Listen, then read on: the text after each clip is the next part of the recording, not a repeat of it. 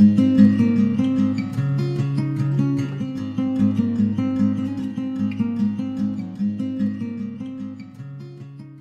Aaron Lawler-Patterson, the Goodness Chick. I'm a podcaster, motivational speaker, author, counselor, and proud part of the Mental Health News Radio Network. Join me on the journey of navigating the joys and pitfalls of life, addressing mental health, addiction, raising kids, and giving back. If it takes a village, then join me as one of those villagers. Villagers wanted. So with about a week and a half left in the month of April, something that's been kind of weighing heavy on my heart was it being Sexual Assault Awareness Month. And last week's episode, it's something we hit on. And it's just been a topic and an issue that has been weighing very heavy on my heart really in recent weeks. And I kind of wanted to begin the close out of April with hitting on this once again, kind of from a different angle. I believe when it comes to just how ridiculous the prevalence of sexual assault is, it's 100% heartbreaking. It is a violation that is not only rampant, but it's something that's preventable.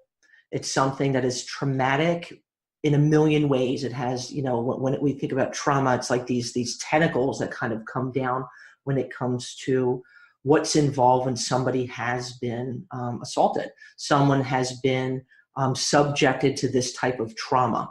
And I remember probably a few years into me being a counselor where there was a demeanor, a feeling that I would get in the way that a student would speak, where I already knew before they told me that something had happened to them. Unfortunately, it was kind of it's so common. It's so common. It's heartbreaking. Where something had happened in somebody's childhood.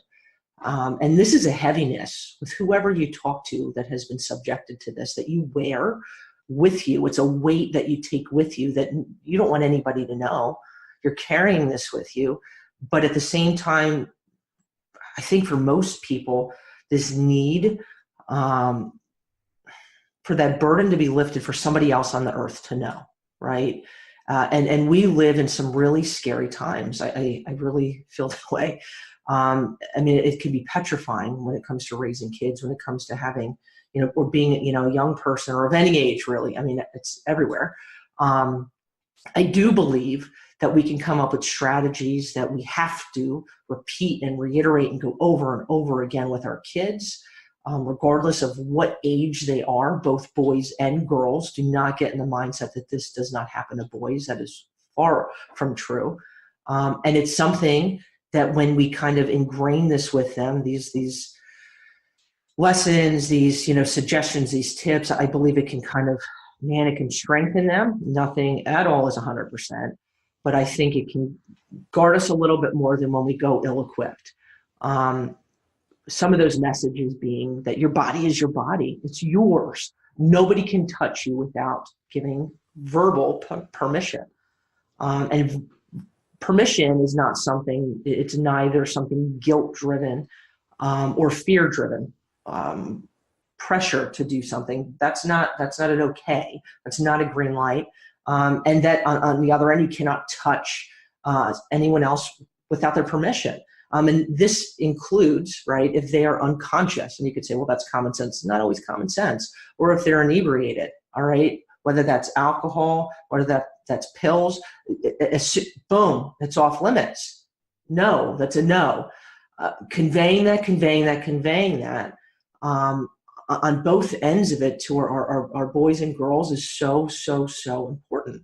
It's also from a very young age, and I know, many people have done this, where it's telling our kids what no touch is, right?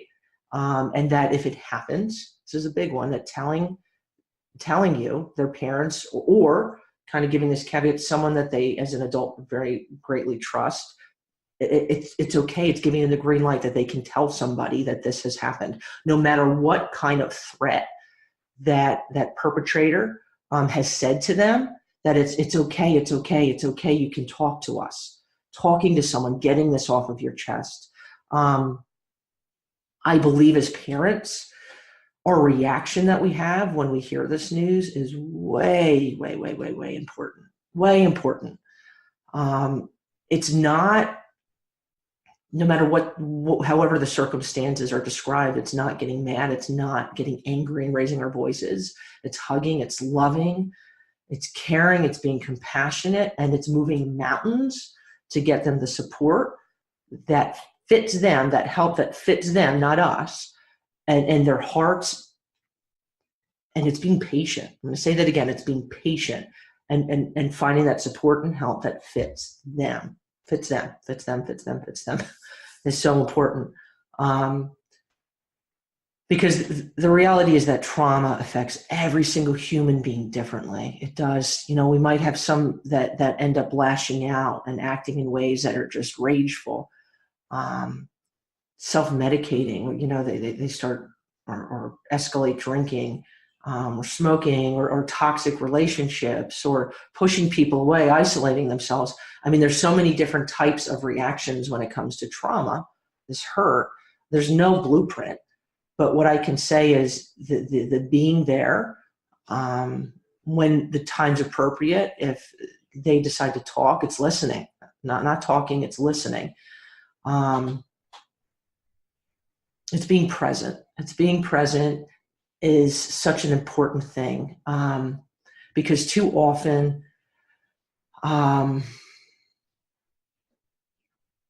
something may have happened to somebody that we care about without us even realizing it. We hear with Me Too, there's so many people, males and females, that have been hurt.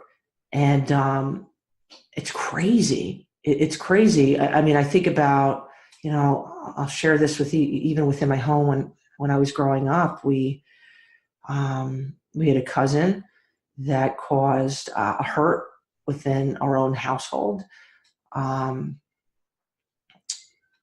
that is just, it sticks with you forever. I remember feeling in high school a million emotions of guilt, of anger, of rage, mostly at him for never being held accountable, and the damage that it causes, and other family members not acknowledging, or just it's thing of the past. And what we need to realize is trauma is real. Trauma sticks. And part of that is being able to unstick things, if that makes sense. I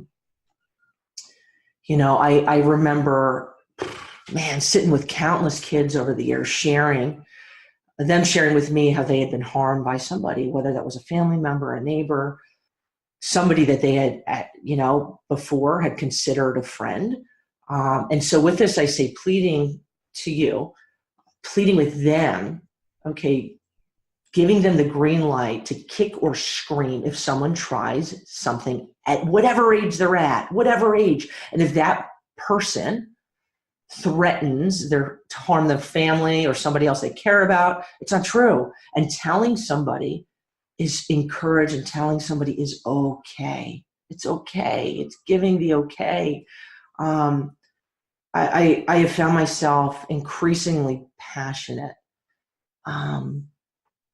about this, particularly, for a long time, but in the past few years. I'll say this, it's like the line of people I've known, it's crazy, that have been hurt. And I'll even, saying this, I had a church I attended a number of years ago where the pastor was a child predator. And this, came at like, wah. So my daily prayer, sharing this with you, is keeping my eyes open, my heart receptive, and aware always of the dangers, shrouding my family and the ones I love in prayer, a prayer of protection. And you might think that sounds strange, but my faith is something that has sustained me through some crazy times in my life, and I believe in the power of prayer. But I throw this at you. What happens when it is us who've been hurt, or somebody very close to us has been hurt? I say again, be supportive. Don't judge. Love like crazy. Listen. listen like crazy. If they want to talk, listen.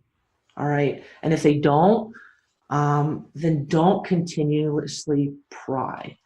You may want to ask questions. You might be curious. You may just be uncomfortable. So sometimes blah comes out of our mouth. Be careful of the words that come out of your mouth. I think sometimes we can think supportive means being talkative. It doesn't have to be talkative. It just means being present. It means running out and getting a cup of hot chocolate with them and maybe not even talking about at all what's happened. It's not ignoring it, but nobody wants to talk about things all the time, right? And if they do, it's fine to give a caveat once in a while. Hey, I'm here. Given that green light. But when it's a constant, we kind of feel inundated, right? And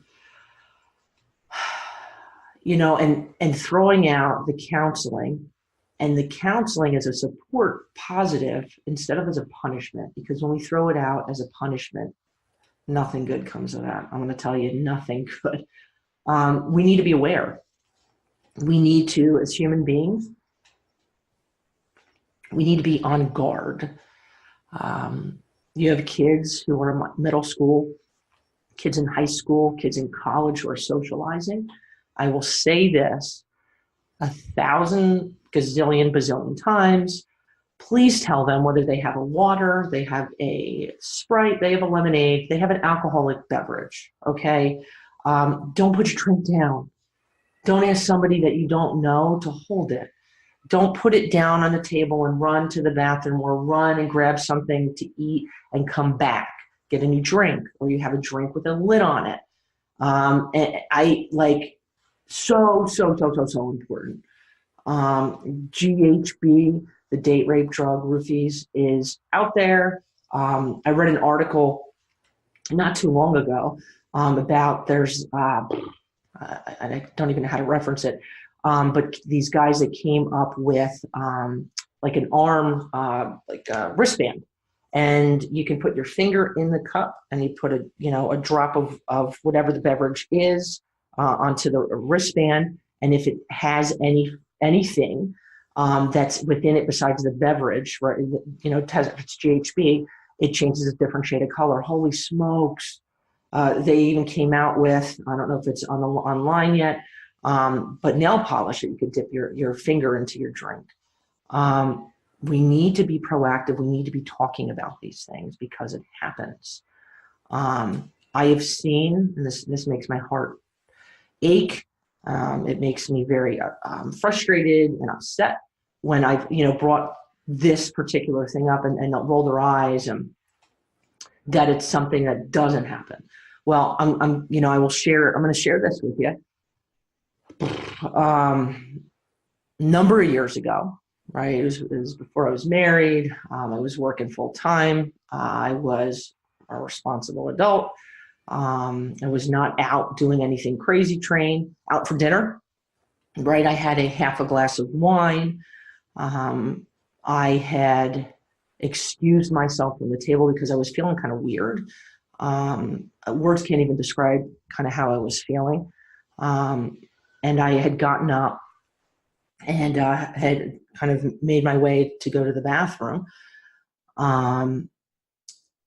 And I can tell you the rest of the night was very blurred. Moments of awareness, moments of disorientation. I do know for a fact that I was followed to the bathroom and I was assaulted. I didn't do anything wrong. I was preyed upon and I was victimized. And, I have shared this with very few people. And it's something that over the years, it's been through prayer, lots and lots of talking to God, yelling, crying, hitting punching bags, long runs and so forth, writing. And the ultimate, kind of was this mental release of what happened. That has been my way of dealing with it. And I say, like, seriously, everybody, it's just like grief. Everybody has a different way of dealing through things, but we have to find what works for us, because when we don't go forward in what works for us in terms of treatment, in terms of help, in terms of that release and being freed, man, it just, it could destroy you. It really can. I also believe that we can kind of take a different angle when it comes to this. And I mean this in the sense of being supportive, being there, that when we or someone has been subjected to this type of trauma, it's not showering them with pity over and over and over again. I don't think that really gets us anywhere. It's, like I said before, it's loving them, it's being present.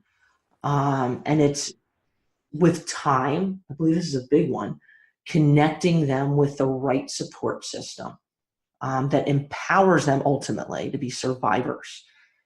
I feel like when we use the term survivor instead of victim, it changes hands.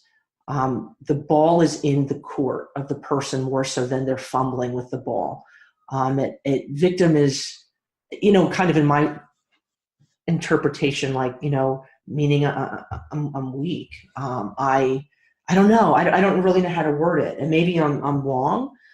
I feel like there's so much power when we kind of hold this word of survivor, that we allow, whether it's our kids, whether it's a family member, whether it's ourselves, whether it's somebody we are close to, saying, you know what, we're here. I don't always know what to say, but I'm here. And it's letting man, I believe this seriously. I've said this a bunch of times. I believe with all my heart when we latch on to that survivor mentality, whether you're 12 years old or you're 78 years old, it gives you that burst of, okay, I'm a survivor, man. I'm a survivor. And with that, it's learning how to funnel things into a healthy way. I talked with Ashley in last week's episode, who proudly talked like being a survivor and how it has given her this passion to inspire, educate, and impact people all over the country, dude, all over the place. She's using that to change the world. I mean, how awesome is that? She's using that to change the world. And when we kind of latch on to that, we're survivors. We're survivors. And unfortunately, there's a whole lot of us who feel hurt, who feel tired, who could feel alone. And that's where I say, whatever method of support that person needs is important. And if they're somebody who feels like, you know what, man, I'm not feeling so alone, because knowing that there's other people who've been through things like me, then dude, it's connecting them with that. I think that's just so important, meeting the people that are hurting with where they're at. And we'll particularly talk about family members, very close friends. It's meeting them where they're at. It's not having judgment. It's not freaking out. It's not judging, judge-free zone, man. And it's loving them, man. It's loving them, praying for them, caring, compassion, and, not pretending that you know how they feel, because you don't. But it's letting them know that, you got their back. You got their back. And, I guess it's kind of like, I'd encourage you, if, you've been through this, or someone who has, who, would want to talk to somebody, there's hotlines that are anonymous that you can kind of unload on somebody. There's so many organizations that have support groups that are closed meetings that, that you can not even talk, just listen. And I feel like listening can be a form of healing at times. I really do.